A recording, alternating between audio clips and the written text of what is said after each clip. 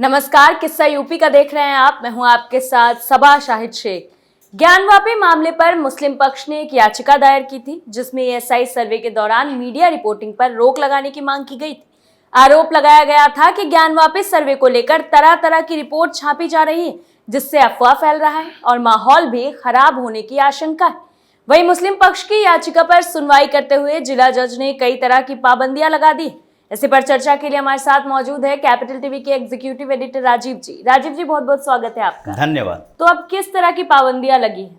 देखिए, पाबंदियां लगने से कोई फर्क नहीं पड़ता है। यह अदालत का फैसला अपनी जगह है कि मीडिया रिपोर्टिंग नहीं होगी। मीडिया रिपोर्टिंग का मतलब आधुनिक समय में क्या होता है, क्योंकि मीडिया का मतलब प्रिंट मीडिया, इलेक्ट्रॉनिक मीडिया है। याद नहीं है कि सोशल मीडिया के ऊपर अदालत रोक लगा देगी। सोशल मीडिया भी इंफॉर्मेशन का एक बड़ा साधन हो गया है और सोशल मीडिया पर तो ये चर्चा होगी, ये जानकारी मिलेगी कि ज्ञानवापी में सर्वे के दौरान क्या क्या चीजें मिल रही है। आखिरकार मुस्लिम पक्ष ने जो याचिका दायर की, उसके पीछे का कारण क्या था? क्यों मुस्लिम पक्ष को ऐसा लगने लगा कि अगर अखबारों में कुछ एएसआई सर्वे की फाइंडिंग्स छपेगी या फिर टीवी पर चलेगा या फिर कहीं और मीडिया में, चाहे वेब पोर्टल पर ही हो, इसके बारे में जानकारी मिलेगी तो ये हंगामा खड़ा हो जाएगा, एक माहौल बदल जाएगा। कई मुस्लिम पक्ष इस बात से तो नहीं घबरा रही कि सच सबके सामने आ जाएगा? क्योंकि इसमें एक एंगल ये है, सच सामने धीरे धीरे आए और अचानक से आए, ये दोनों में अंतर होता है। अगर सच धीरे धीरे सामने आता है तो एक माहौल तैयार होता है और मुस्लिम पक्ष को इसी बात का डर है कि अगर परसेप्शन बदल गया, लोगों के दिमाग में धीरे धीरे ये बातें, ये जानकारी आने लगी कि जब वहां पर एएसआई का सर्वे हो रहा है तो जो चीजें निकल रही है, जो प्रमाण मिल रहे हैं, वो मंदिर के प्रमाण हैं, तो लोग ये सोचने लगेंगे कि ज्ञानवापी परिसर में मस्जिद होना ही नहीं चाहिए और लोगों का सेंटीमेंट उधर की तरफ जाएगा। क्योंकि अभी तक ज्ञानवापी में जो भी हुआ है, मुस्लिम पक्ष के माध्यम से या मुस्लिम पक्ष ने जो भी ऑब्स्टेकल खड़ा किया, जो भी परेशानियां खड़ा की है, वो इसी कारण से की है कि ये सेंटीमेंट जो लोगों का है जागा हुआ, उस सेंटीमेंट को शांत होने दो। अगर शुरुआती दौर से ज्ञानवापी के मामलों के बारे में सोचेंगी तो खुद ही पता चल जाएगा कि जब ज्ञानवापी का केस जिला अदालत में आया, कुछ महिलाओं ने इसके खिलाफ मामला दर्ज किया कि हमें भी वहां पर श्रृंगार गौरी की पूजा का अधिकार मिले, जो कि ज्ञानवापी परिसर में ज्ञानवापी के दीवारों पर है और वहां पूजा पहले की जाती थी। अब इसके लिए इजाजत मांगने के लिए कोर्ट जाना पड़ा। कोर्ट में मामला पहुंचा और मीडिया में ये खबरें चलने लगी कि ज्ञानवापी में क्या है, मामला क्या है, अब ये हुआ क्या है। और उसके बाद जब जिला अदालत ने एक वीडियोग्राफिक सर्वे की बात कही कि अगर आपको वहां पर पूजा करने का अधिकार चाहिए तो उसके लिए जानकारी ये चाहिए कि सच में वहां हिंदू देवी देवता है कि नहीं, और इसके लिए एक वीडियोग्राफिक सर्वे करवाया गया। उस वीडियोग्राफिक सर्वे में वजू खाने से शिवलिंग मिले और उसके बाद दीवारों पर कुछ आकृतियां मिली, जिसमें डमरू, कमल के निशान और कुछ देवी देवताओं के चित्र, नंदी जो हैं उनके भी चित्र दिखाई पड़े।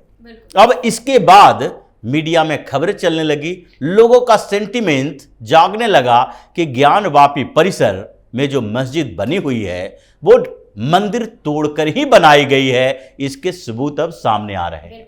लोगों मुस्लिम पक्ष का तो दावा है कि पहले सिक्कों पे भी स्वास्तिक के निशान हुआ करते थे। इस बात से ये ना सोचा जाए कि अगर स्वास्तिक के निशान मिले तो वो मंदिर ही हो। स्वास्तिक के निशान मिले हैं सिक्कों पर, तो सिक्कों की अहमियत क्या होती है? अगर आर्कियोलॉजिकल सर्वे को देखेंगे, अगर इतिहास पढ़ने की व्यवस्था को देखेंगे तो इतिहास को जानने के कई प्रमाण हैं। अगर कोई मुस्लिम शासक होगा तो वो कभी सिक्के पर स्वास्तिक का निशान नहीं डालेगा।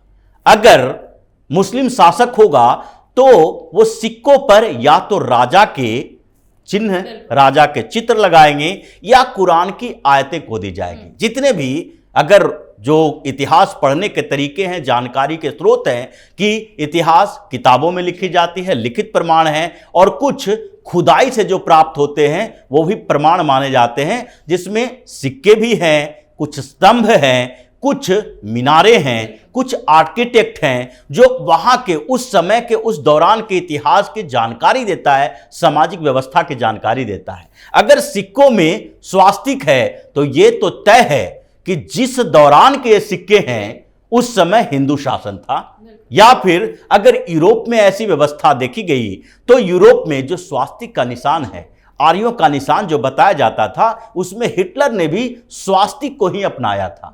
तो इसलिए यह कभी नहीं कहा जा सकता कि मुस्लिम शासक जो है वो स्वास्तिक का निशान रखे हुए हैं। अगर उसकी परंपरा में स्वास्तिक है, जैसे इंडोनेशिया की बात है, इंडोनेशिया एक बड़े मुस्लिम देश है, सबसे बड़ा मुस्लिम देश माना जाता है, लेकिन वहां पर जो परंपरा है, जो संस्कृति है, वो सनातन संस्कृति है, हिंदुओं की संस्कृति है। इसलिए वहां पर मंच पर रामायण के पाठ किए जाते हैं। नाम जो होता है वो सनातनी परंपरा के अनुसार होता है, सुकर्णो नाम होगा। वहां के नामों में देखा जाएगा कि अरबी शब्द का इस्तेमाल कम है, संस्कृत और संस्कृत निष्ठ हिंदी शब्द का इस्तेमाल ज्यादा है। वहां के जो नोट है, करेंसी है, वहां भगवान गणेश का फोटो लगाया जाता है उस पर। तो ये जो उसकी संस्कृति है और उपासना पद्धति उसने बदल ली, संस्कृति को नहीं बदला। तो सिक्के अगर मिल रहे हैं तो इसका मतलब है कि उस दौरान हिंदू शासन था। और उसी तरीके से अगर दीवारों पे हिंदू देवी देवताओं के निशान हैं, चिन्ह हैं, आकृतियां हैं, तो इसका मतलब है कि वो दीवार मस्जिद की जो है वो बनाई नहीं गई थी, बल्कि उसके ऊपर के स्ट्रक्चर को तोड़ के मस्जिद नुमा बनाया गया था। क्योंकि किसी मस्जिद में हिंदू देवी देवताओं के चित्र तो नहीं बनाए जा सकते, किसी मस्जिद में ऐसे निशान नहीं बनाए जा सकते, क्योंकि इस्लाम में मूर्ति पूजा वर्जित है, प्रतीकों की पूजा वर्जित है और चिन्ह भी वर्जित है। वहां तो फोटो भी नहीं बनाए जा सकते, कई पाबंदियां हैं। इसीलिए जो नक्काशी के तरीके मस्जिदों में, मीनारों में, इन जगहों पर नक्काशी के तरीके निकाले गए, उसमें जितने टॉम्ब हैं, जितने मीनार बनी हुई है, उसमें भी चाहे मुगल आर्किटेक्ट हो, अफगान, तुर्क, जो भी हिंदुस्तान में भी आए हों, इन जगहों पर वो चित्रात्मक तरीके, अगर नक्काशी के तरीके हैं, तो उसमें सिर्फ कुरान की आयतें खुदवाई जाती है। अलग अलग लिपिकार होते थे जो बेहतरीन तरीके से उसे लिखते थे, और कोई चित्र नहीं दिखाई पड़ता है, क्योंकि अगर चित्र हुआ तो वो मस्जिद नापाक हो जाएगा। वहां पर तो आप बैठकर नमाज ही नहीं पढ़ सकते, क्योंकि वो तो एक तरह से मूर्ति पूजा हो जाएगी। तो इसीलिए अगर वहां पर फाइंडिंग्स मिल रहे थे तो उसमें हिंदू सेंटीमेंट जाग रहा था, मुस्लिम पक्ष को लगा कि इसे रोका जाना चाहिए। अगर कुछ समय तक इस मामले को टालते रहे तो इसका मतलब है कि धीरे धीरे मीडिया में खबरें कमजोर होगी। जैसे ही खबरें कमजोर होगी, लोगों का ध्यान इधर से जाएगा, और फिर जो कोर्ट कचहरी के चक्कर में फंसा हुआ ये मामला अगर 10 साल तक चलता रहता है तो लोगों को जहन से ही निकल जाएगा कि ज्ञानवापी पर कोई मामला चल रहा है। इसलिए जब वीडियोग्राफिक सर्वे हुआ, उसका विरोध किया गया, इलाहाबाद हाई कोर्ट गए, उसके बाद सुप्रीम कोर्ट गए। अब वही बात फिर से दोहराई जा रही है। ये लोग हाई कोर्ट से सुप्रीम कोर्ट तक पहुंचे आर्कियोलॉजिकल सर्वे ऑफ इंडिया यानी ASI के सर्वे के खिलाफ। इन लोगों का मानना था सर्वे से स्ट्रक्चर प्रभावित हो जाएगी। तो स्ट्रक्चर प्रभावित तो नहीं हुई, इतना दिन से सर्वे चल रहा है, लेकिन उस सर्वे के दौरान GPR की व्यवस्था की गई, मतलब ग्राउंड में जो खुदाई करने के तरीके थे वो भी पेनिट्रेशन के तहत किया गया। IIT की टीम बुलाई गई, जहां जहां दीवारों के ऊपर या फिर दीवारों के अंदर से जो नक्काशी स्ट्रक्चर की व्यवस्था है उनको खोदने की जरूरत महसूस हुई, उसकी पौराणिकता साबित करनी है, वहां भी नवीनतम वैज्ञानिक तकनीक का इस्तेमाल किया जा रहा है। अब इन लोगों के पास और कोई आधार नहीं है, क्योंकि सुप्रीम कोर्ट तक ने ASI सर्वे को अनुमति दे दी है। अब इसके बाद किया क्या जाना चाहिए?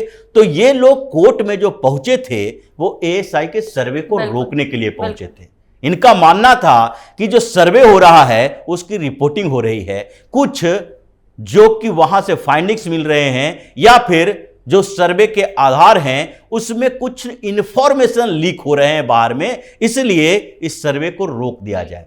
लेकिन इनका दांव उल्टा पड़ गया, क्योंकि जिला अदालत ने कहा सर्वे तो नहीं रुकेगा, सर्वे में जो हो रहा है वो तो होता रहेगा, क्योंकि यहीं से सबूत बाहर आएगा। और इस बीच अगर आपको तकलीफ है कि सूचनाएं लीक हो रही है, मीडिया में रिपोर्ट छप रहे हैं, तो एक आदेश आपको हम आपके पक्ष में दे सकते हैं, और वो यही है कि मीडिया ट्रायल नहीं होगी, मीडिया में रिपोर्टिंग नहीं होगी। मीडिया को प्रतिबंधित कर दिया गया है, लेकिन मीडिया पर प्रतिबंध नहीं लगाया जा सकता। ये जिला अदालत के बाद भी, फैसले के बाद भी मीडिया पर प्रतिबंध नहीं लगाया जा सकता। ये केवल ऑर्डर जो है वो हिंदू पक्ष के लिए है, एएसआई की टीम के लिए है कि आप वहां से कोई भी जानकारी लीक न करें। अगर जानकारी सोर्सेस के आधार पर मिलती है तो मीडिया में ये खबरें बनेगी। पूरी तरीके से मीडिया को इससे दूर नहीं रखा जा सकता कि कुछ संकेत मिले हैं, इस आधार पर खबर चलेगी और बनाई जाएगी। और मुस्लिम पक्ष इस मामले में भी विफल हो गया है कि अब जो वहां से फाइंडिंग्स हैं, जो एएसआई सर्वे की रिपोर्ट है, उसमें जो कुछ चीजें मिल रही है, उससे तो तहखाने से वजूखाने तक, वजूखाना आखिरकार सील है, लेकिन उसके आसपास के एरिया में जो भी वस्तुएं मिली है और जो फाइंडिंग्स हैं, उससे तो यही लग रहा है कि जब अदालत के सामने ये सारे सबूत दिखाए जाएंगे तो उसके बाद ये साबित हो जाएगा कि इसे मंदिर को तोड़कर ही वहां मस्जिद बनाई गई थी। और उसके बाद अब जो अगला मामला आएगा वो है वर्शिप एक्ट को लेकर कि क्या 1947 के बाद से जो स्ट्रक्चर जैसा है वैसा ही रहेगा, उसमें कोई परिवर्तन किया जा सकता है या नहीं। क्योंकि अभी तक जो मामला है ये पूजा करने का है, पूजा करने के अधिकार को लेकर है। जब ये मामला सामने आएगा कि दीवारों पर श्रृंगार गौरी हैं, वहां पर बृहदेश्वर महादेव हैं, वहां पर नंदी हैं, शिवलिंग हैं, तो उसके बाद पूजा का अधिकार हिंदुओं को तो दिया जाएगा। अब जब अंदर में पूजा और नमाज एक साथ कर सकते हैं तो कर लें, नहीं तो फिर बाद में यह तय होगा कि वर्शिप एक्ट में चेंज हो सकता है या नहीं, या फिर इसे हिंदुओं के हवाले किया जा सकता है या नहीं। अगर मुस्लिम पक्ष इस पर सहमत हो जाता है तो अदालतों के चक्कर की जरूरत नहीं पड़ेगी, उसके बदले कहीं और जमीन दी जाएगी और ज्ञानवापी का पूरा परिसर जो काशी विश्वनाथ मंदिर है उसी के अंदर चला जाएगा और एक बृहद मंदिर का निर्माण वहां हो सकता है। बहुत बहुत शुक्रिया आपका, धन्यवाद। तो सुना आपने ज्ञानवापी में सर्वे के दौरान किन किन चीजों पर पाबंदी लगाई गई है। जिला अदालत ने साफ कर दिया है कि सर्वे की रिपोर्ट एएसआई गोपनीय रखेगी और केवल अदालत में दाखिल करेगी। वो किसी तरह का बयान मीडिया में नहीं देगी, रिपोर्ट लीक भी नहीं होनी चाहिए। साथ ही अदालत ने यह भी कहा है कि ज्ञानवापी में क्या मिला और क्या दिखा, इस तरह की खबरें मीडिया में हरगिज नहीं छपनी चाहिए। फिलहाल के लिए किस्सा यूपी का में इतना ही। देखते रहिए कैपिटल टीवी। नमस्कार।